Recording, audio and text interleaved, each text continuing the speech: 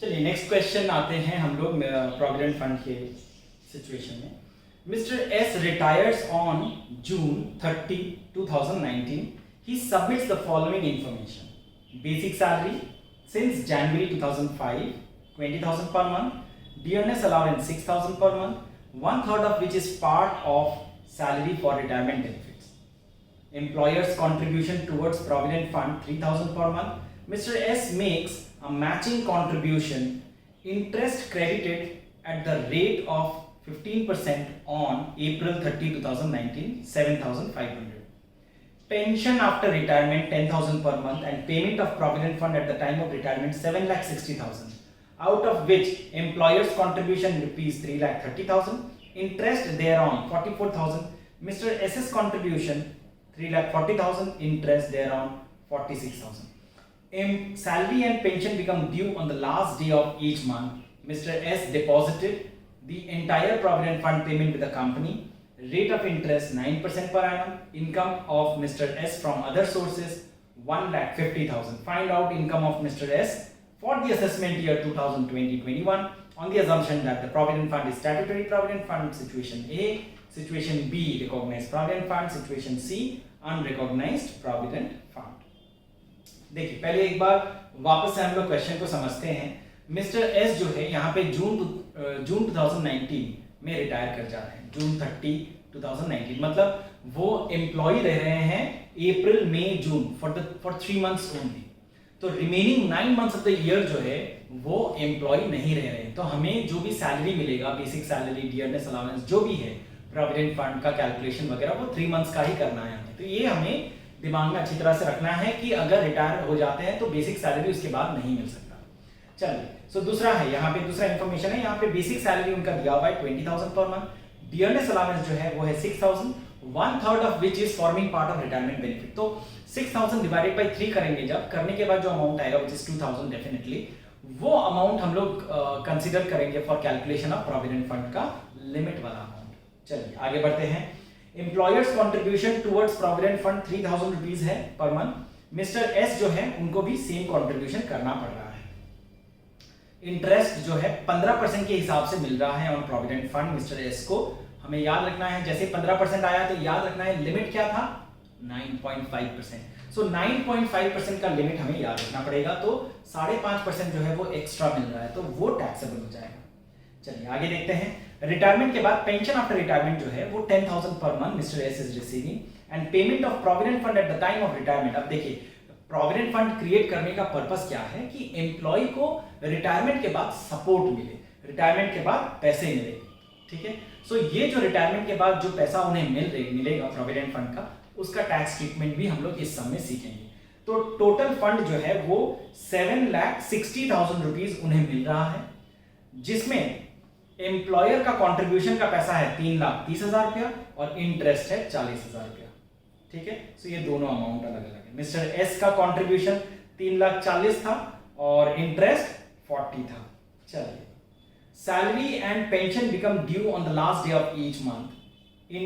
Mr. S has deposited the entire fund payment with a company rate of interest 9% per annum.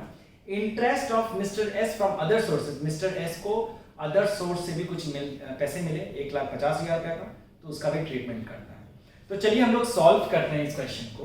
हम लोग देखेंगे क्या तरीका है इसे। पहला हमें ये ध्यान रखना पड़ेगा कि हमें ये 3 वापस से कॉलम बनाने पड़ेंगे, स्टैट्यूटरी प्रोविडेंट फंड का, रिकॉग्नाइज्ड प्रोविडेंट फंड का और अनरिकॉग्नाइज्ड प्रोविडेंट फंड का।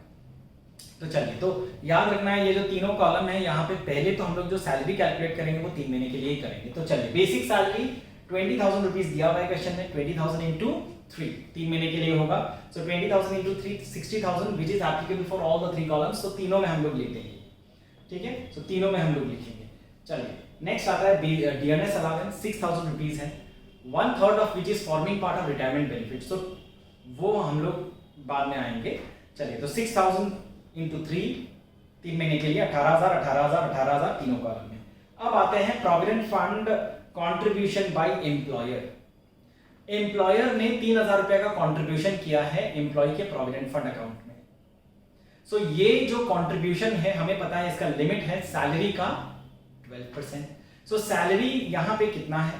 सैलरी यहाँ पे है आपका 20,000, ठीक है। डियरनेस अलावेंस का 6,000 का 1/3 विच इज 2,000, ठीक है। फिक्स परसेंटेज ऑफ कमीशन तो है नहीं, तो खाली ये दोनों अमाउंट ही हम लोग को लिखना है, ठीक है। तो 60,000 प्लस 18,000 का 1/3 विच इज 6,000, तो 66,000 का मेरा लिमिट है 12% का, तो 7,920 रुपया, राइट। 7,920।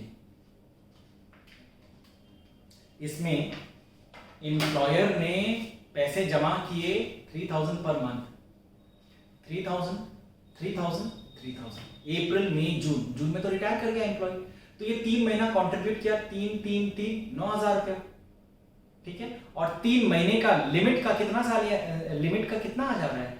सैलरी है फॉर 3 मंथ्स इज 66,000 रुपीज। 66,000 का 12% अगर आप कैलकुलेट करें तो आपको आएगा 7,920 rupees. So if we deduct 9,000 minus 7,920 rupees, we are getting 1,080 rupees. So in case of recognized provident fund, 1,080 rupees is taxable. In case of statutory and unrecognized provident fund, nothing is taxable. Dash dash छोड़ देना है, ठीक है, कुछ नहीं लिखना है, dash dash छोड़ देना है। चलिए, अब तो प्रोविडेंट फंड का हमारा कैलकुलेशन हो गया। अब हम लोग आते हैं इंटरेस्ट ऑन प्रोविडेंट फंड। यहां पे बताया हुआ है कि अप्रैल में उन्हें 7,500 रुपया का इंटरेस्ट मिला। अप्रैल 30, 2019 में उन्हें 7,500 का इंटरेस्ट मिला, which is eight the rate of 7,500। तो 7,500 के हिसाब से अगर उन्हें सैलरी मिला तो उनका अमाउंट आता है कितना? 15% के हिसाब से मिला है, 7,500 डिवाइडेड बाई 15। एक्स्ट्रा कितना मिला? लिमिट था हमारा 9.5 का, तो एक्स्ट्रा हमारा हो गया 5.5%। तो डिवाइड करेंगे 7,500 को 15 से, मल्टीप्लाई करेंगे 5.5 से, तो we will get the extra interest which the employer have given, which is 2,750 rupees. So this 2,750 rupees will become taxable in case of recognized provident fund. Again, remember, it is not taxable in the case of statutory and unrecognized. उन दोनों case में तो नहीं आता है। चलिए, now the employer have retired, अब retirement benefit मिलेगा उसे। तो पहला यहाँ पे है उसे पेंशन मिल रहा है, सो पेंशन कितना मिल रहा है? 10,000 करके हर मंथ। हमें याद रखना होगा कि पेंशन जो है, अनकम्यूटेड पेंशन जो है वो फुल्ली टैक्सेबल होता है, तो 9 मंथ्स के लिए 10,000, 9 months for the previous year 2019-20, the employee is receiving 10,000 into 9 months, which is coming to 90,000 rupees. So 90, 90, 90 तीनों कॉलम में आएगा, स्टैट्यूटरी, अनरिकॉग्नाइज्ड एंड रिकॉग्नाइज्ड तीनों में आ जाएगा। अभी आता है पेमेंट ऑफ प्रोविडेंट फंड का पैसा। रिटायरमेंट बेनिफिट के हिसाब से अगर एक एम्प्लॉई को प्रोविडेंट फंड का पैसा मिलता है तो फिर वो प्रोविडेंट फंड का पैसा जो है फुल्ली टैक्सेबल नहीं होता है। In case of recognized and statutory provident fund, it is fully exempt. So याद रखना है, अगर एम्प्लॉय रिटायर करता है और उसे इकट्ठा प्रोविडेंट फंड का पैसा मिलता है रिटायरमेंट के बाद, तो वो पैसा नहीं होता है टैक्सेबल। लेकिन अगर प्रोविडेंट फंड अनरिकॉग्नाइज्ड है तो फिर फुल्ली टैक्सेबल होता है, ठीक है। सो अनरिकॉग्नाइज्ड प्रोविडेंट फंड के केस में if the employee is receiving the amount after retirement, then the entire amount becomes taxable. So 3,30,000 rupees employer's contribution and interest thereon 40,000 rupees will become taxable in the case of unrecognized provident fund. So हमारा gross salary अब आ जाएगा। So gross salary हमारा आ रहा है statutory provident fund के case में 1,68,000 and recognized provident fund के case में we are calculating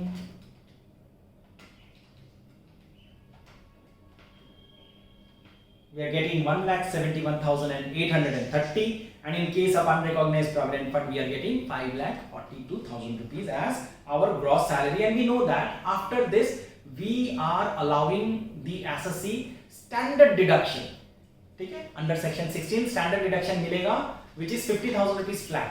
so 50,000 in 3 columns में स्टैट्यूटरी, अनरिकॉग्नाइज्ड, रिकॉग्नाइज्ड तीनों में मिलेगा 50,000 माइनस करके हमारा अमाउंट आ रहा है 1,18,000 इन case of statutory, 1,21,830 rupees in case of recognized provident fund, and in case of unrecognized provident fund we are getting 4,92,000 as our total income from salary.